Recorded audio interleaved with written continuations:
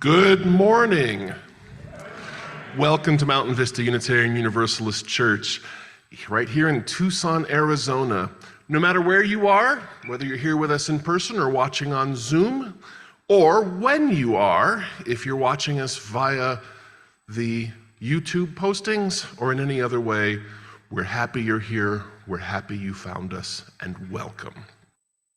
I'm Chris Tackett, music director here at MVUU. The Rev Matthew is our settled minister, but since he's recovering from a pretty serious illness and we don't have a pastoral associate today, I'm filling in as the pastoral associate, as hopefully a way to make things a little easier for him today, since I think I had what he has, I had a couple weeks ago that knocked me out entirely. So, even so, many hands do work to put on this service each week. I'm very happy as I look back in our tech booth to see Alex, Vince, Dan, Lee was just here a moment ago, and there's Todd. And Susan is our Zoom host this morning. They're all working so hard to make sure that you can hear and see everything that we're doing here today. And as always, I am incredibly grateful for Joel Yelland, who helps with the leading of our congregational singing. We're a pretty good singing congregation, and that is definitely not always the case with UU congregations. And that is in no small part thanks to Joel's work. Thank you all very, very much. So this whole month we are talking about the idea and the concept of justice. And today we ask the question, where do we begin? After all, justice is a huge topic. The Torah in the book of Deuteronomy contains the famous quote, "Justice, justice shall you pursue."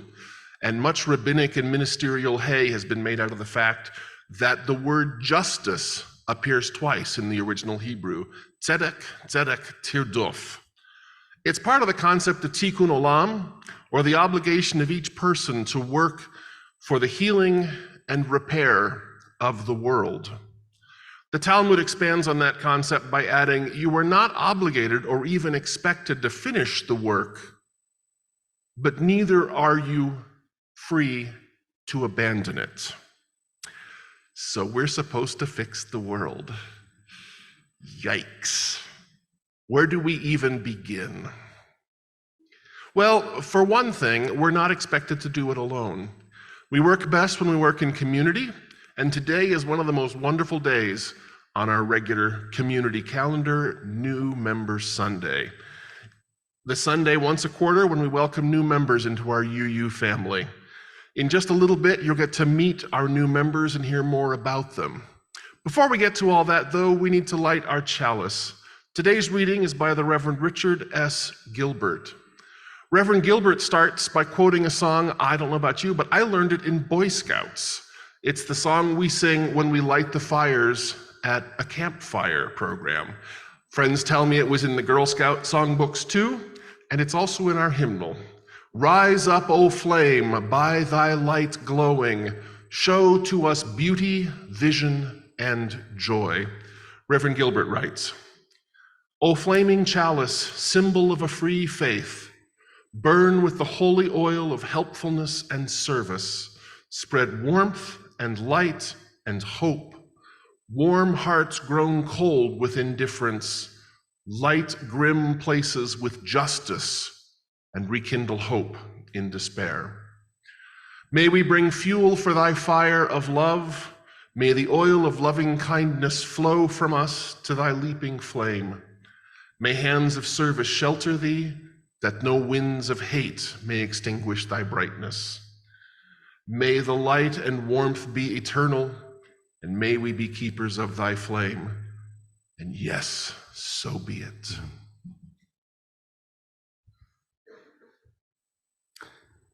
Our celebration chalice is here today in the place of our joys and sorrows container, because we focus occasionally as a community of faith on our joy or sorrow for a particular person.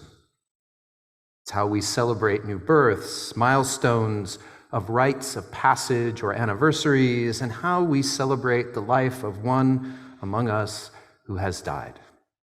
And so today I light it for Joe Rideau, who died last week at his home with his wife, Pat.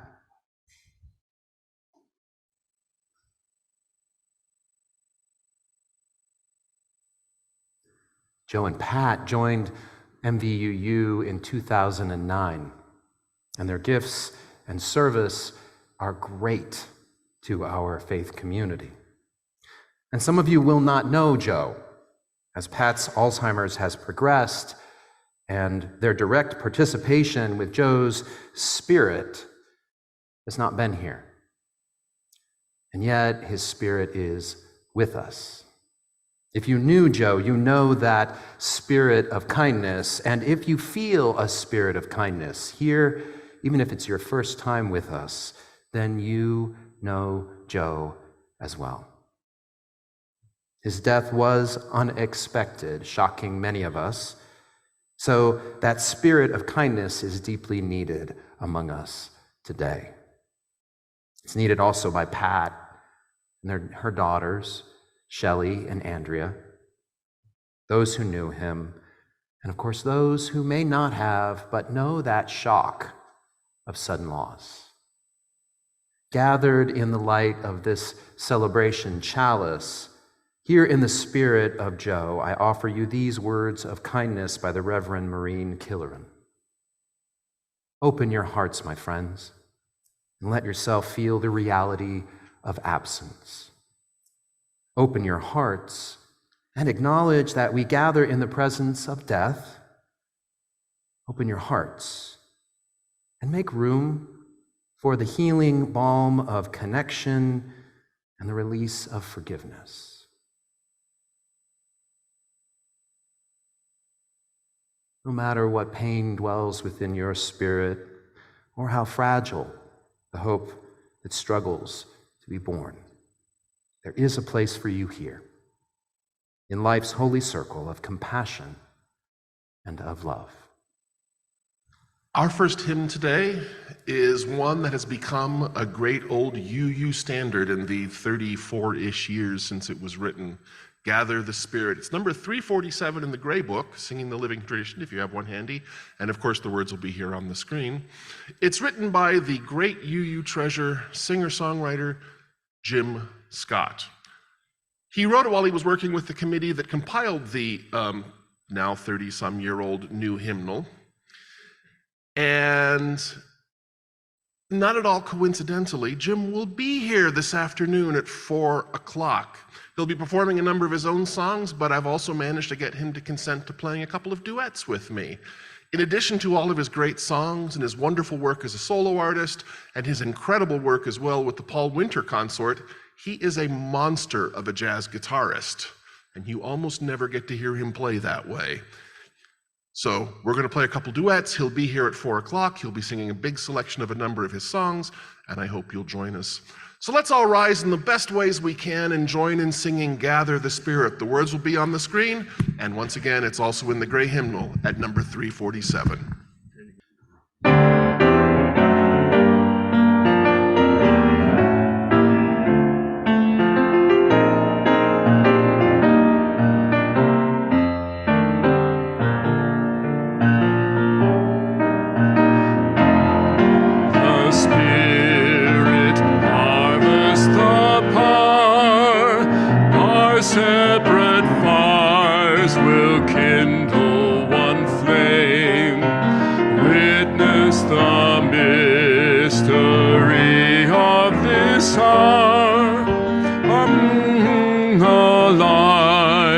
Appear all the same. Gather in peace, gather in thanks, gather in sympathy now and then. Gather in hope, compassion and strength. Gather to celebrate once again. Through the spirit of heart and mind, seeds for the soul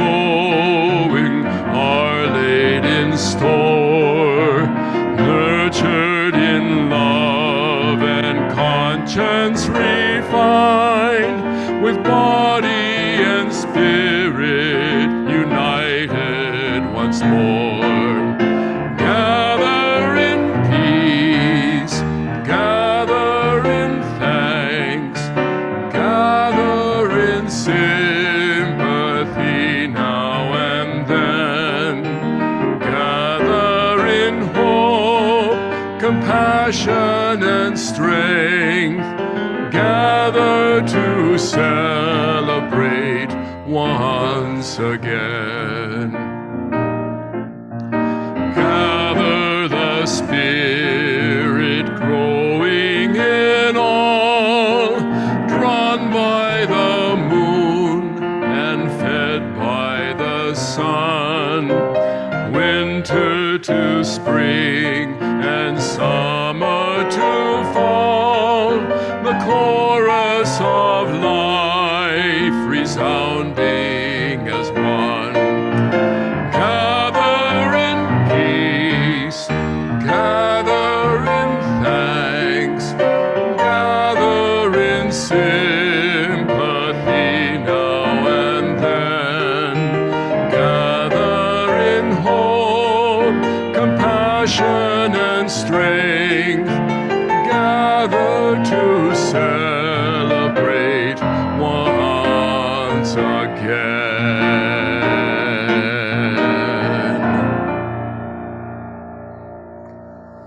Please be seated. Thank you, Joel. And thank you, Chris, for all of your help this week and this morning. I invite you now to a time of contemplation, of considering and pondering what is justice. Begin at the beginning, the king said very gravely, and go on till you come to the end, and then stop. It was pretty mild advice from the King of Hearts during the trial of the knave in Lewis Carroll's absurd satire, The Alice's Adventures in Wonderland. It's mild until you look to the right of the king, not to that picture at all, this picture, and you see that dour face of the Queen of Hearts. She repeats that favorite phrase, off with their heads. And you know she's wanting to say it. She kind of looks like, I don't know, people in the public media right now, doesn't she? Compared to the Queen's exclamation, the king sounds cautious, even radically safe. And yet both represents justice, the extremes that we know today. The Queen represents that cold, retributive justice, which focuses on punishment. Retributive justice asserts that the threat of punishment prevents injustice, and so off with their heads. The king, on the other hand, with his interest in the whole story, represents restorative justice, justice that focuses on correcting systems that are the source of injustice. Restorative justice seeks to understand what's gone wrong among people and in society, and then works to correct those systems. Begin at the beginning, and when you get to the end, stop. And outside of this absurd separation, these approaches to justice in our world are woven much more finely. But when laws are broken, we do need consequences. And we need to explore if those laws are just to begin with. We must learn to correct systems of racism, classism, and inequity. And we must address those who actively perpetuate them. Both of these extreme approaches meet up in the world we live in. It's a broad space between retributive and restorative, holding global injustices and everyday wrongdoings. And as Chris mentioned, it's so much. Where do we begin? And that's the very question posed by Bell Hooks, the next slide, a social thinker, prolific essayist, and truly inspiring teacher. She wrote, "For me, forgiveness and compassion are always linked. How do we hold people accountable for wrongdoing, and yet at the same time remain in touch with their humanity enough to believe in their capacity to be transformed?" And she doesn't give us the answer. Most good teachers don't. Instead, she offers to us an invitation. In the face of injustice, global, like genocide, or environmental destruction, in societal injustices of racism or sexism or homophobia, or even in the wrongdoing that we meet every single day, she invites us to imagine a justice out of our own sense of accountability, out of our experience of forgiveness, out of what we know and have lived of compassion. Think of that. Justice, not as distant laws or abstract systems, but something that emerges out of your humanity, your personable and tangible life experience. A justice that begins with just us. May we consider and ponder this justice, imagining not only how it transforms our own heart, but transforms our world.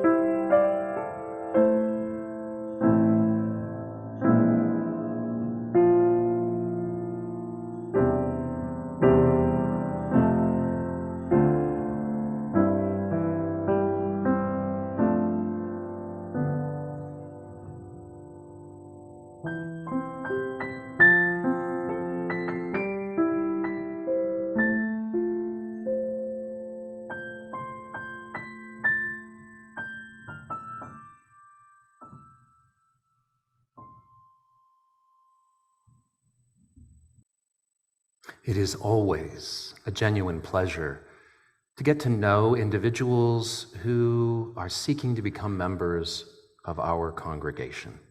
And today I would like to introduce to you, through their own images and biographies, the 5 people who are joining today. Know that the fullness of these biographies will be shared in our newsletter in the coming weeks. So don't have to pay too close attention to all the details. In fact, as you will hear, I don't.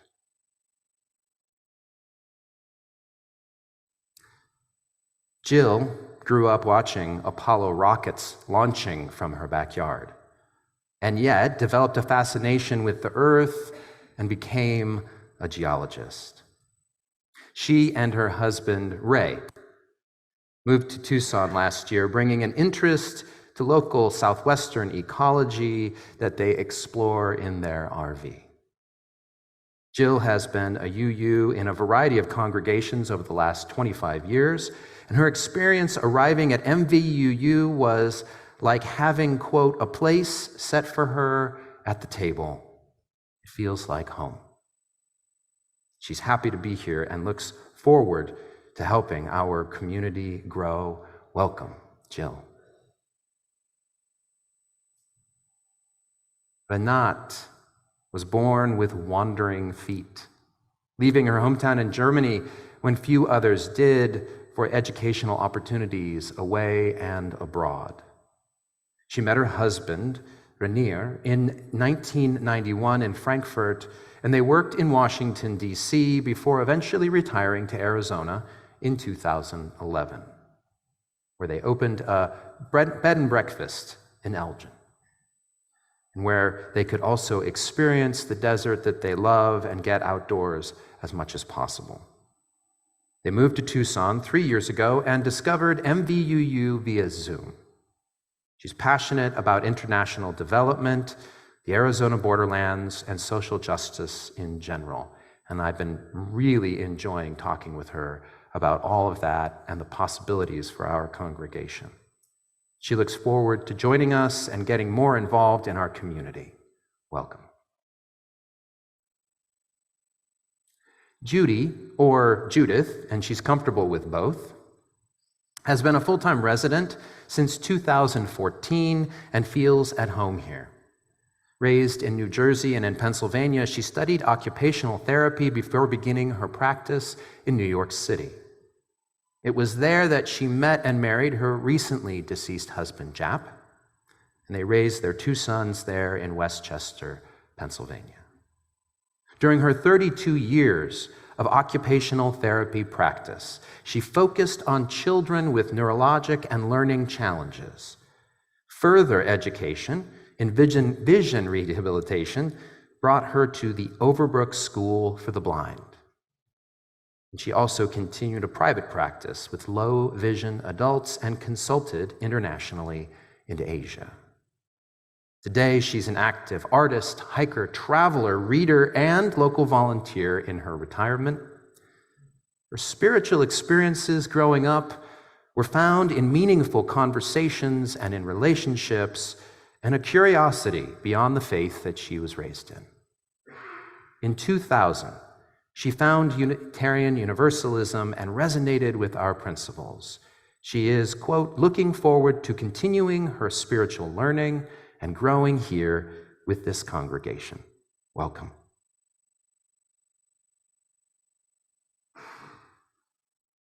We've skipped over someone. Can we go back?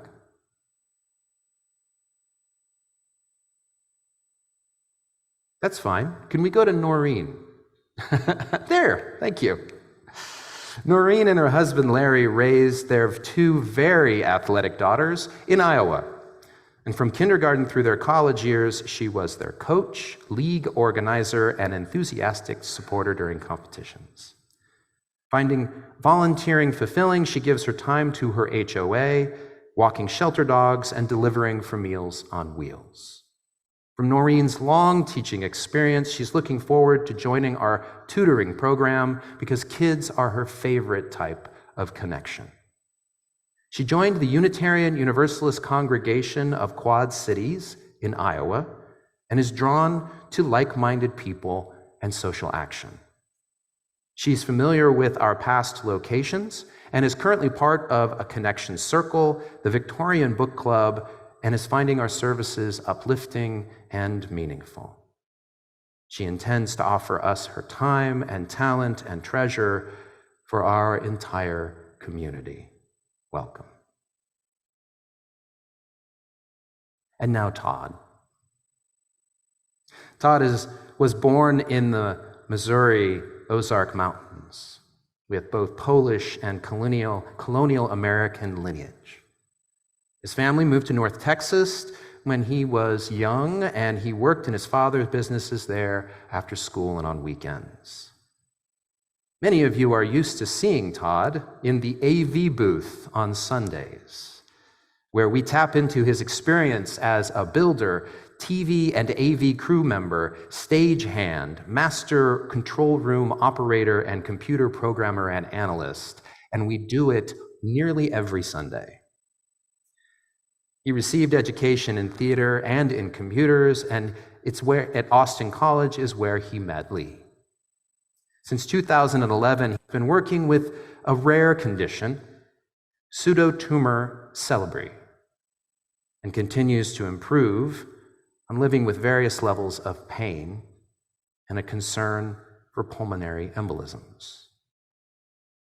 Lee introduced Todd to Unitarian Universalism, and our ability to span multiple spiritual faiths without prejudice is refreshing and fitting for him. He enjoys working with the AV crew and is looking forward to training more of you. So please talk with him about that. Welcome, Todd. I'd like to invite Jill and Renette, Judy, Noreen, Todd to join me here. Because today we are going to celebrate with you your joining Mountain Vista Unitarian Universalist congregation. As each of you and I have discussed, membership represents a promise, and all members, new and long serving here, make a covenant here to ourselves and to our world. As members, there's a promise to each other to be an intentional relationship in a covenanted community together. And so you've each shared with me that you are ready to join in that covenant. And so I invite you to speak the words that you have been given aloud. I enter this community with hope and possibility in my heart. My membership today is a pledge to participate in the support for this community. I pledge to deepen my own spiritual and ethical life and show up and return to our relationships. I do this by offering my gifts of time, talent, and treasure to this community and its mission in times of togetherness and separation. I covenant to dedicate myself to the spirit of love that flows through this community. I seek welcome as I join you today and in our shared days to come. Yeah.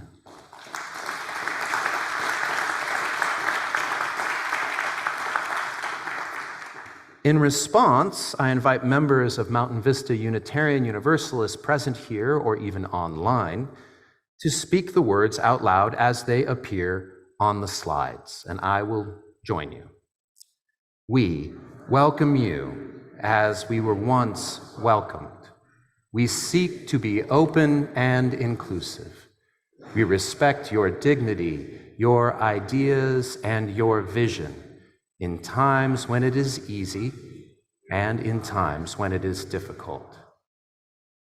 We seek to be supportive, not only when you reach out in courage to us, but also when you need us to reach out to you. We ask you to risk showing us who you are, where you hurt, and where you are growing. In return, we ask that you recognize our humanity. We will not always live up to our ideals. When we fall short, we invite you to stay in relationship with us and help us move fully our commitment to love.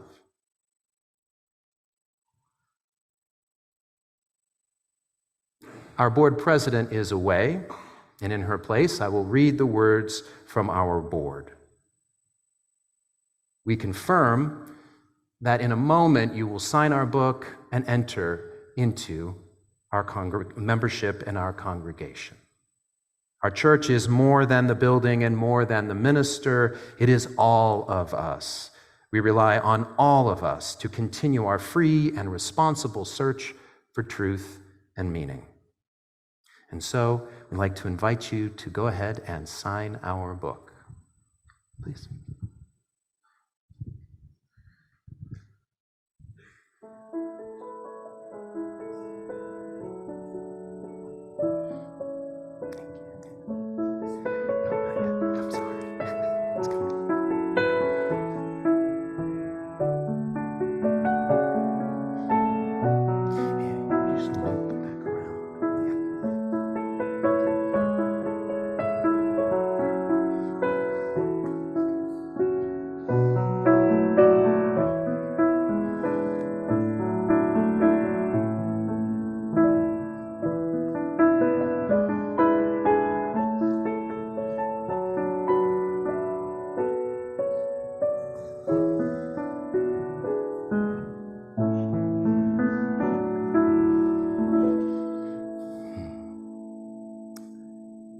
Honoring your journey among us, we'd like to offer you 3 gifts. A gift certificate to the Unitarian Universalist Association online bookstore. We hope you find something there that nourishes you during your time. A monograph of poetry and ideas by our congregation, and a rose. So let's do this. Pass those down if you would.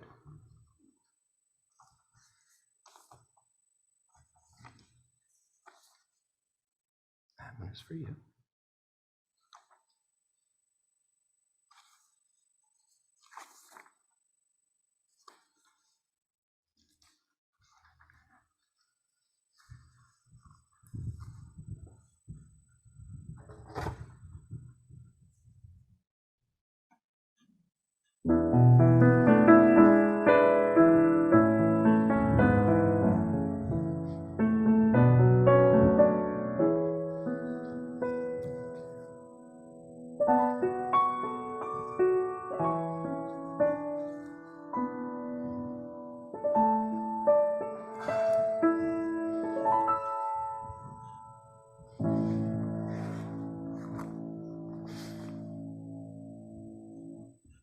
And to conclude with a blessing. As we welcome you into covenant today, we begin again. We renew our mission statement of building an open-hearted, welcoming community where we work together in covenant to transform ourselves and our world through love. We recommit ourselves to that purpose of engage and love and transform. There is so much that each of us can do in this world, and your biographies have shown us what you have done. You bring such individual gifts, power, and skills of love and action here among us. And yet we know there is so much we can't do alone. Together, through our combined experiences, learning from and teaching one another, we discover and rediscover always the meaning of peace and of love and of justice. So we begin again today. As we do each time that we welcome new members, we are renewed as a community of faith, and this is how we bless one another. May it be so, and welcome. Welcome.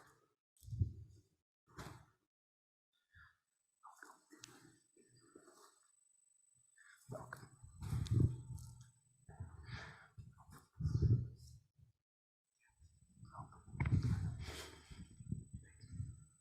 Our new members.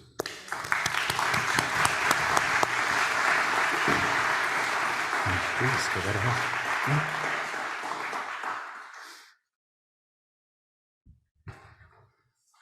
Our covenant song that we're about to sing with Joel leading us is a way for us to acknowledge that renewal. It is the covenant of this congregation put to words and arranged by Chris. Thank you. Please rise in body or in spirit. I was going to say, we can't sit and sing that.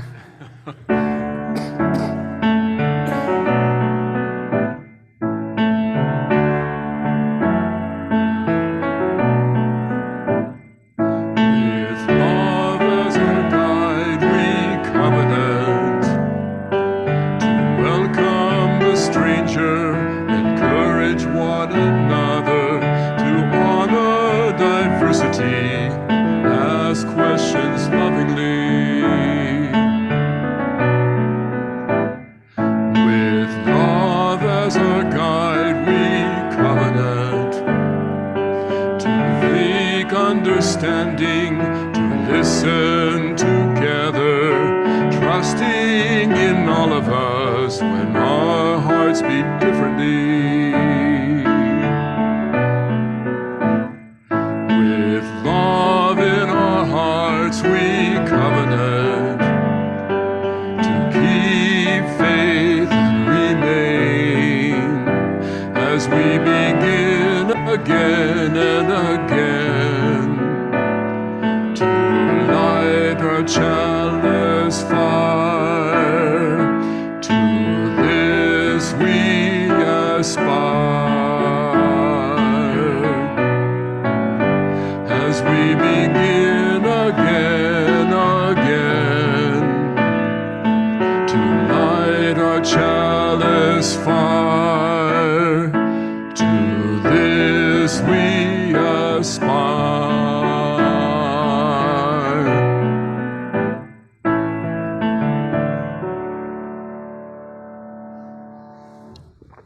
Please be seated.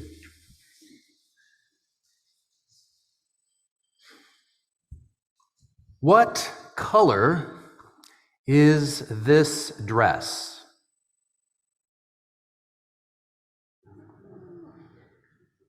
The murmuring here suspects, some of you may have seen this before. Back in 2015, the image of this dress became a worldwide internet argument. The photo was taken by Cecilia Blesdale and sent to her daughter, and it went viral overnight, spanning the globe in multilingual debates, while tens of thousands of reposts per second were occurring. Because people perceive this dress in two fundamentally different ways. Some people look at it and see a blue and black dress, and others look at it and see a white and gold dress.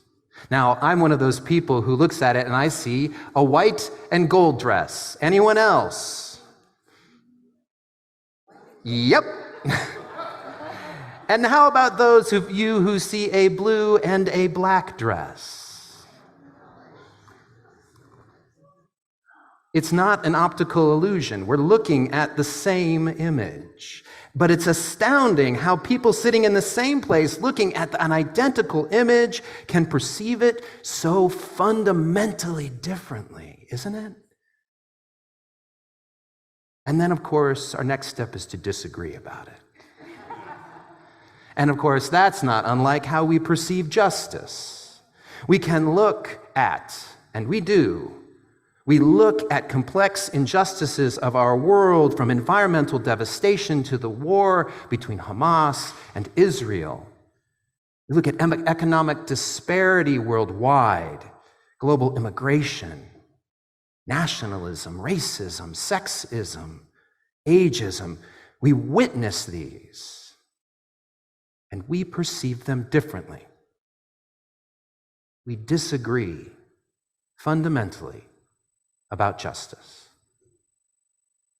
And even when we acknowledge that the division exists, globally, nationally, here in our state, in our neighborhoods, in our families, and yes, in our congregation, we have to wonder, where do we begin then to engage justice?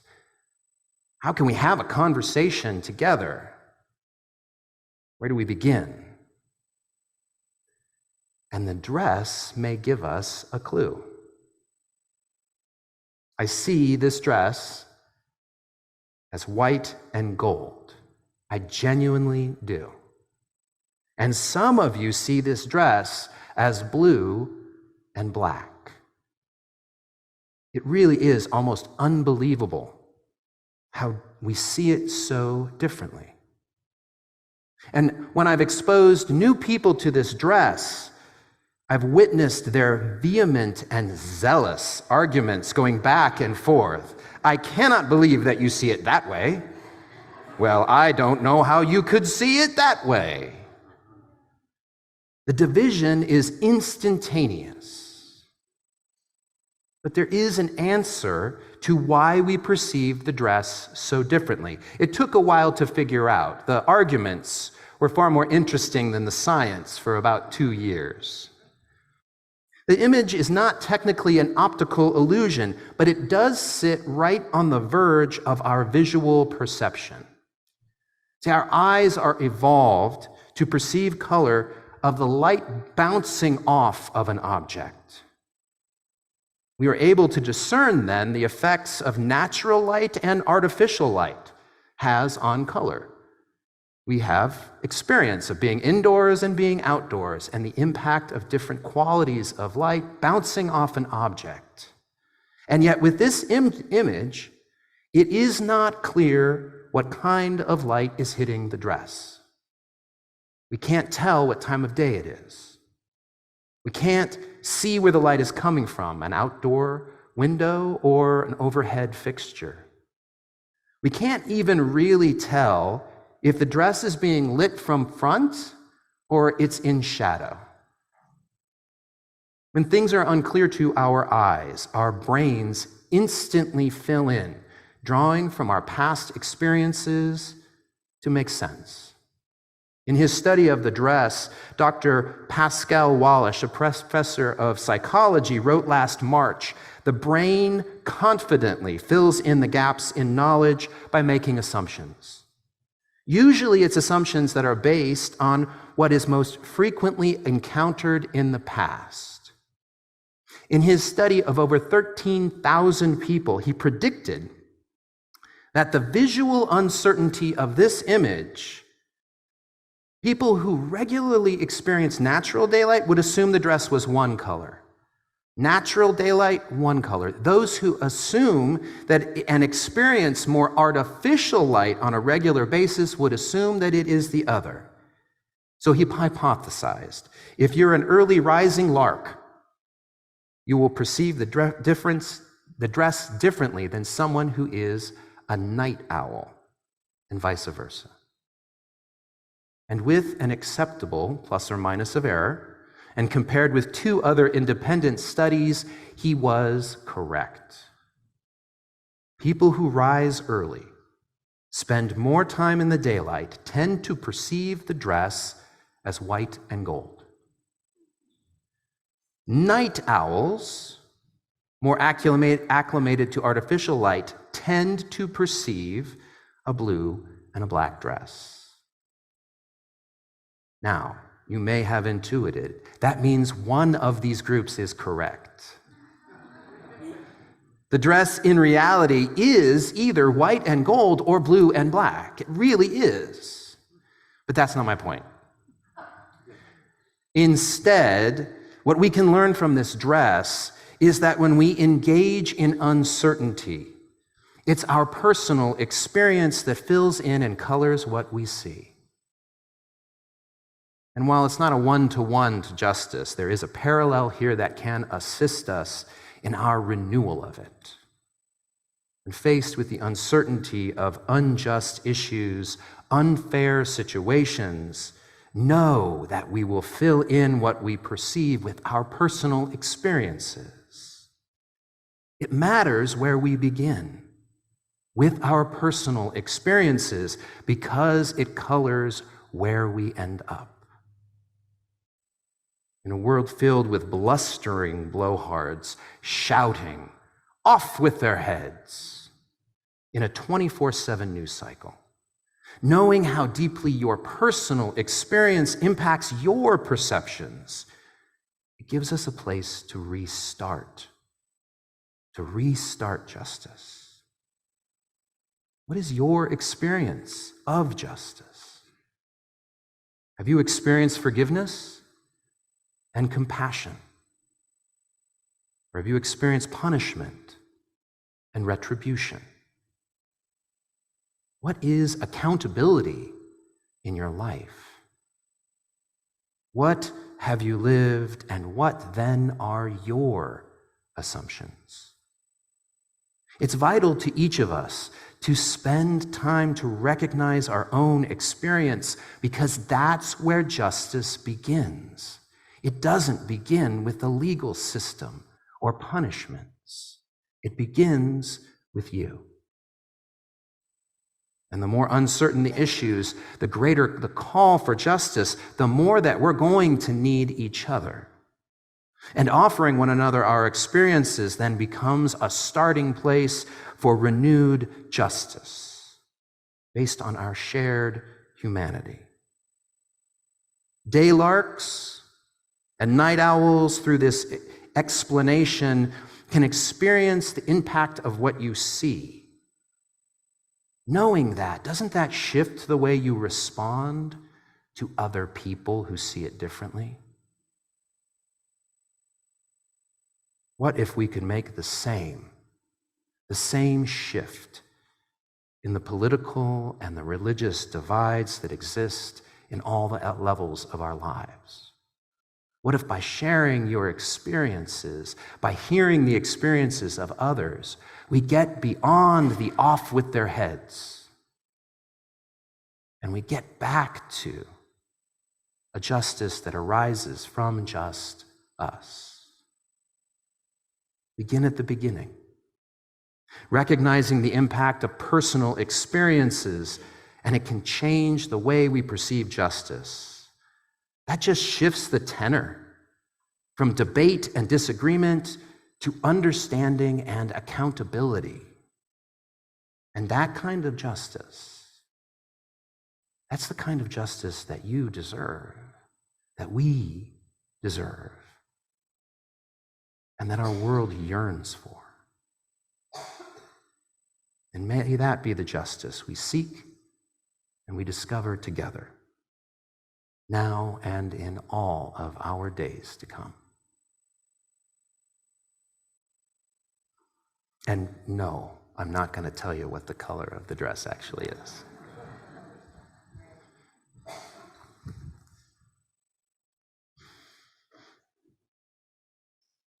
Aaron Eichelberger, the president of our congregation, writes to us, "Do you remember our beautiful wishing well? To remind everyone, we began gathering wishes based on themes, numbers, engage, love, and transform from our mission statement. And 2 weeks ago, we started with numbers. Today, we focus on engage. For the MVU mission statement, engage is related to our faith development, spiritual health, and growth. So Rev Matthew is going to lead you in a meditation that I created that is related to engage. And so I invite you now to a time of meditation. Please get as comfortable as you can. Find a position with both your feet grounded on the floor as best you are able. And as you are able, lay the backs of your hands, palm up, on the top of your thighs. And take a deep breath in. And as you breathe out, close your eyes and relax your body, mind, and spirit. Breathe in with me now for a count of 4. 1, 2, 3, 4. And out. 1, 2, 3, 4. Again, breathe in for a count of 4. 1, 2, 3, 4, and out. 1, 2, 3, 4. One last time. Breathe in. 1, 2, 3, 4, and out. 1, 2, 3, 4. And now return to your regular breathing. Think of a meaningful experience of being engaged in developing your faith or spirituality.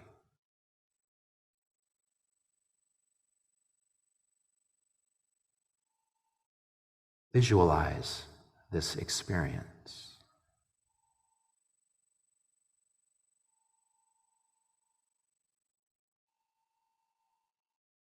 Are you in nature? With friends, family, in a store, listening to music? Immerse yourself fully in this meaningful experience. Wander around. Look all around you. Take a deep breath and let it out. What are you seeing?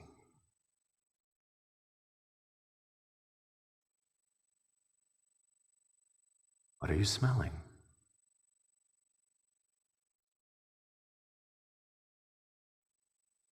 Is anyone with you?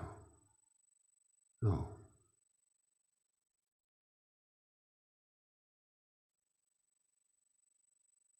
What are you feeling?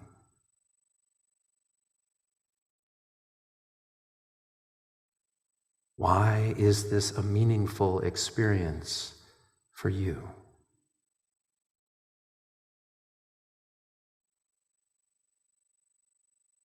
What is inspiring these feelings?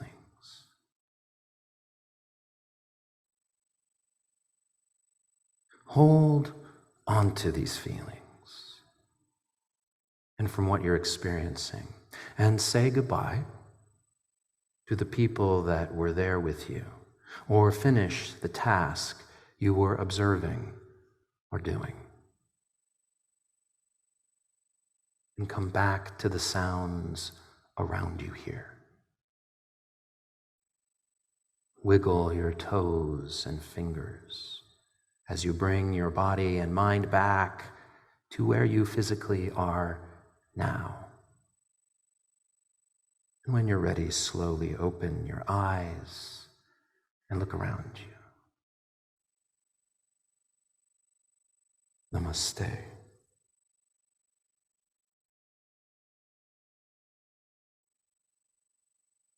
Our next hymn is number 1054, Let This Be a House of Peace.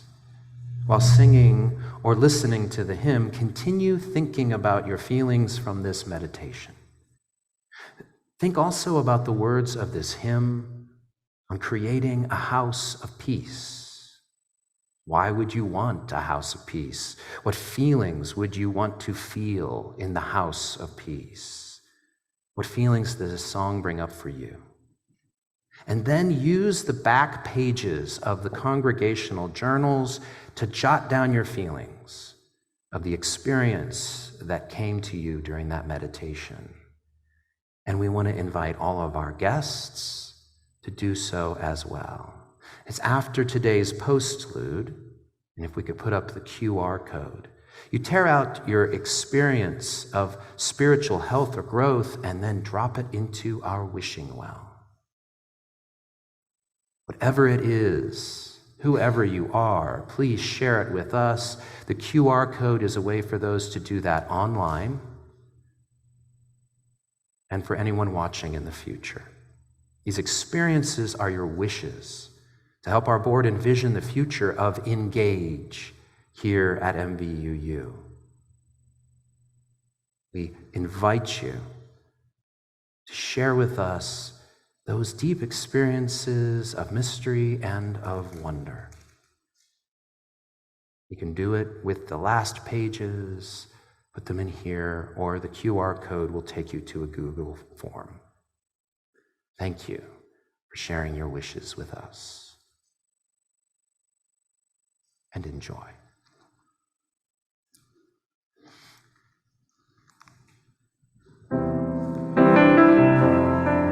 Please rise in body or in spirit.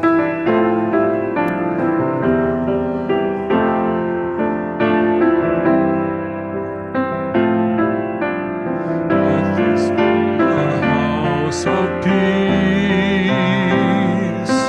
of nature and humanity, of sorrow and elation.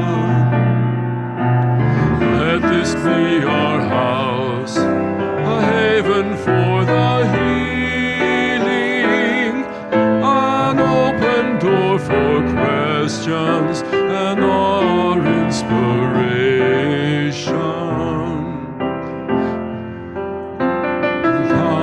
house of peace. Let this be a house of peace.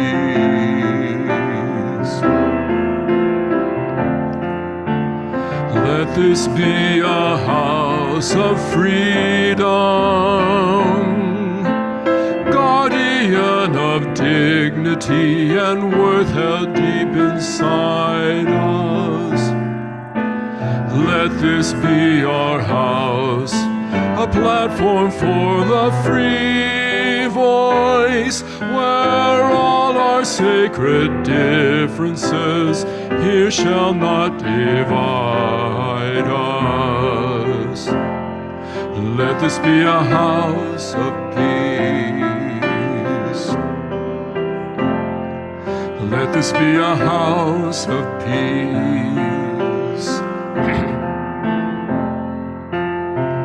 Let this be a house, seek truth, where scientists and mystics abide in reverence here. Let this be our house, a house of our creation, where orcs of art and melodies consecrate the atmosphere. Let this be a house of peace. Let this be a house of peace. Let this be a house of prophecy. May vision for our children be our common theme. Let this be our house of myth and lore and legend, our trove of ancient story and cradle of our tender dreams. Let this be a house of peace. Let this be a house of peace. Let this be a house of peace.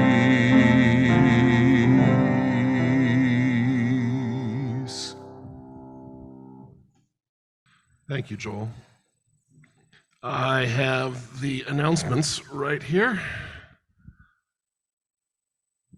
Our woven basket for January is Contigo. As you leave the sanctuary today, out on the table, out in the oasis, you will see opportunities for your financial support.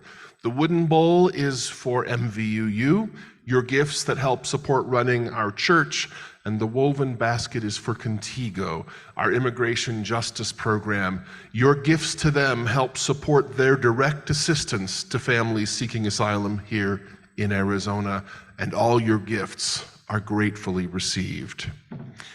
First slide, you may have heard, Jim Scott is going to be here today at 4 o'clock, right here in this space. We are super excited to welcome him here, and we are also excited because, like I said, in addition to all of his usual very lovely and very wonderful songs and his singing and his guitar playing, he's also agreed to play a few duets with me. We almost never get to hear him play in a jazz context, and he is one monster of a jazz player, and I'm super excited to bring you some of that this afternoon, in addition to all of his wonderful singing and songwriting. 4 o'clock, right here. I very much look forward to seeing all of you right here. Reverend Matthew will be leading the final Renew UU gathering today up in the loft, up in the back here. You can find it through the back hall and up the stairs. That will begin 15 minutes after the service ends. If you are visiting today for the first time or have been a member for decades, all are welcome to join in this interactive gathering that will begin to share why are you here at MVUU and why are we here together. Our spring forest qigong We'll be starting at MVU this Thursday, January 25th, 10 to 11:30. All levels of skill and athletic ability, or general lack of it, are welcome. Our focus is not outer prowess or ability, although you will develop more physical strength, but rather moving inside of you to feel your own energetic presence and enhance its flow. Please contact Jeannie Underwood to sign up or with any questions. And next Sunday, January 28th, following the service, come for a congregational meeting with reports on our current financials, the state of the congregation, and our plans for the installation weekend coming up April 20th and 21st. That meeting is next Sunday, January 28th. MVUU's Our Whole Lives team cordially invites 3 to 5 members who identify as LGBTQ+, who would like to share their life experiences with our youth in our 12 to 15-year-old OWL class. This class will be held on February 18th after the service. We are looking for diversity in both sexual orientation and gender identity. As a guest speaker, you would be given an opportunity to say a little about your journey of self and then answer questions from the youth. These experiences can have a strong impact on youth and may be the first positive role model they have a chance to meet. Meaningful interactions with people from outside their community who are openly LGBTQ, etc., gives youth a point of reference as they explore their own sexual orientation and gender identity. If this is something that you would like to participate in, please reach out to Stacy Sosa or stop by the RE room after the service. Thank you.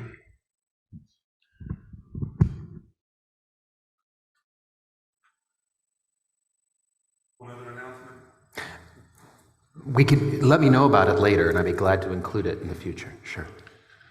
Our chalice releasing today comes from the Reverend John Lou Johnstone, and it quotes from that great old hymn, which you may have heard a little bit earlier, the one that has a phrase that says, "Deep in my heart, I do believe we shall overcome someday."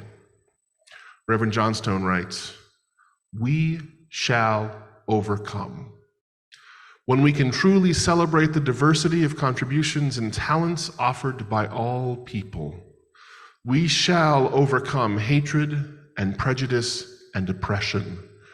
When we can truly extend our hands to one another in loving acceptance, we shall overcome the past that haunts us now.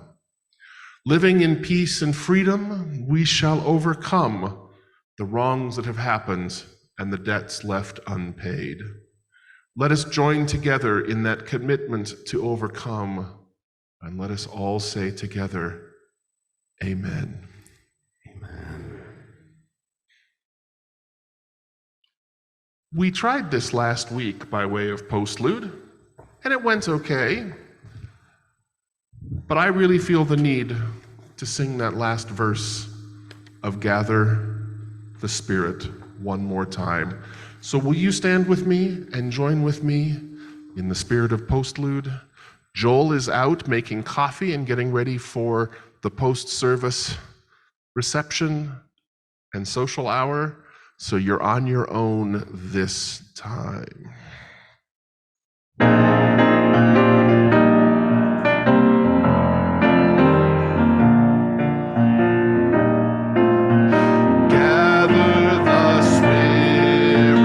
Fall.